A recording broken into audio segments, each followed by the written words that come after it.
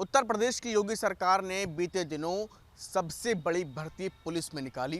करीब 60,000 पदों पर यह भर्ती प्रक्रिया होनी थी, जिसके बाद इस पूरी प्रक्रिया में करीब 50 लाख के आसपास आवेदन हुए।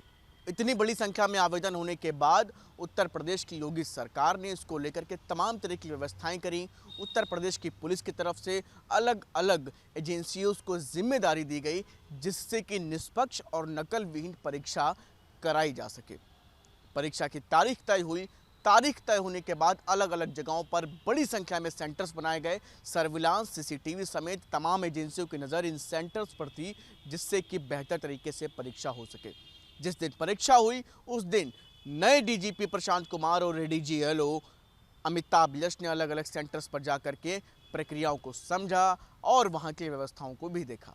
इतना ही नहीं, उस दिन भी 2 दिन लगातार सॉल्वर्स और उनके गैंग के ऊपर लगातार कार्रवाई यूपी एसटीएफ करती रही।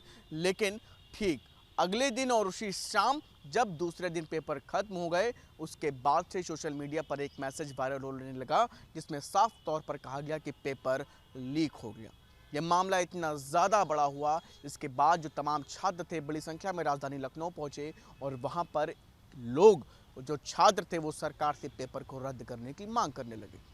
मांग जायज़ लगी, जिसके बाद उत्तर प्रदेश की योगी सरकार ने तुरंत एक्शन में आई और बोर्ड को साफ तौर पर निर्देश दिया कि इस पूरी भर्ती को रद्द किया जाए और इस पूरे मामले की जांच बड़े स्तर पर करी जाए और दोषियों को किसी भी तरह बख्शा ना जाए।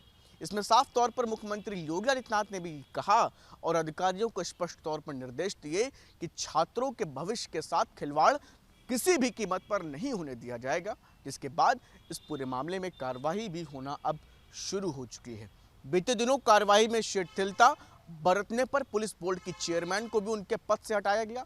बताया गया उनके ऊपर गंभीर ये भी आरोप लगे कि उनके तरफ से इस पूरे मामले में कोई कार्रवाई और एफआईआर तक नहीं की गई थी, लिहाजा उनको उनके पद से हटाया गया। दूसरे अधिकारी को इसका जिम्मा दिया गया, जिसके बाद अब एसटीएफ समेत तमाम एजेंसियां ताबड़तोड़ कार्रवाई करती हुई नजर आ रही हैं। इसी कड़ी में इस पूरी प्रक्रिया को पेपर लीक करने वाले मामले में एक बड़ा खुलासा हुआ। एसटीएफ ने हरियाणा से एक व्यक्ति को गिरफ्तार किया। महेंद्र नाम के इस व्यक्ति ने बड़ा खुलासा भी किया है। बात यह है कि अलग अलग सेंटर्स पर जाकर के करीब बड़ी संख्या में छात्रों को एक साथ इकट्ठा बैठा करके पेपर लीक करवाने की बात महेंद्र ने अपनी बातचीत में खुलासा किया। महेंद्र को गिरफ्तार करने के बाद एसटीएफ ने पूछताछ में यह भी खुलासा किया है कि करीब विक्रम नाम का एक व्यक्ति था जो दिल्ली पुलिस में कार्यरत है।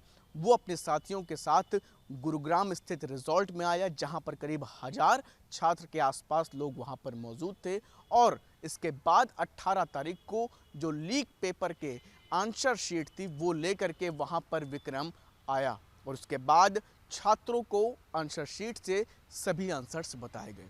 इतने बड़े खुलासे होने के बाद आप समझिए कि पूरा नेक्सस कितने बड़े स्तर पर और कैसे पेपर लीक करने की जो पूरी व्यवस्था है उसको चलाता है।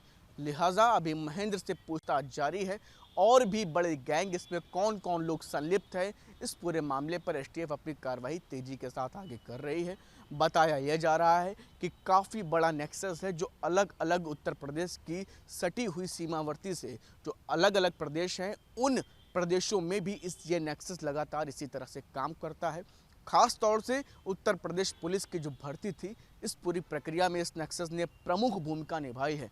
लिहाजा एसटीएफ उन तमाम बिंदुओं पर अपनी जांच तेजी के साथ आगे बढ़ा रही है, क्योंकि मुख्यमंत्री योगी आदित्यनाथ की तरफ से स्पष्ट तौर पर निर्देश दिए गए हैं कि युवाओं के भविष्य के साथ किसी भी तरह का कोई खिलवाड़ बर्दाश्त नहीं होगा। वीडियो जर्नलिस्ट दीपक राणा के साथ शुभम पांडे, न्यूज़ नेशन, लखनऊ।